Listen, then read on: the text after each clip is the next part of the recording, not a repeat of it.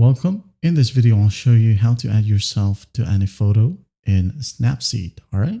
So if you find this video helpful, please leave a like and subscribe to the channel for more such tutorials. Now, first up, open up the Snapseed app. Now tap on the plus sign and add your background. Okay. For example, I'm just going to be using maybe this background right here. Okay. Tap on it. Now, once done, go ahead and go to Tools, Double Exposure. Tap on the plus sign right here. And then go ahead and add your object for yourself. Okay. For example, I'm just going to be using maybe this photo right here with my son. Okay. Now you can go ahead and put yourself wherever you want. Just pinch it, use your fingers and move it like so, for example. Now you can go ahead and click on the opacity button, tap on it and use the maximum opacity. Once done, just tap on the check mark.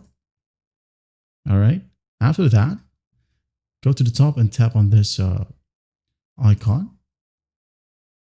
Tap on View Edits, Double Exposure. Tap on the brush icon.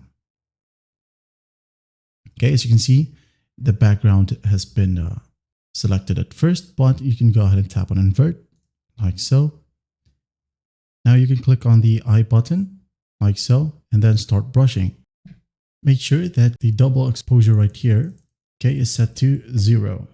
Okay, zoom in if you want to, and then erase the parts that you don't need. Okay, I'm not going to do it perfectly because it is time consuming, but at least you get the point now.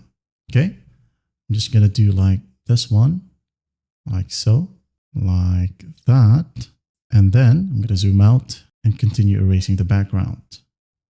And that's basically how you do it. If you're happy with it, you can now go ahead and tap the check mark, like so, go back, and then you can go ahead and go to styles and maybe add in some filters, like so. Hit on the check.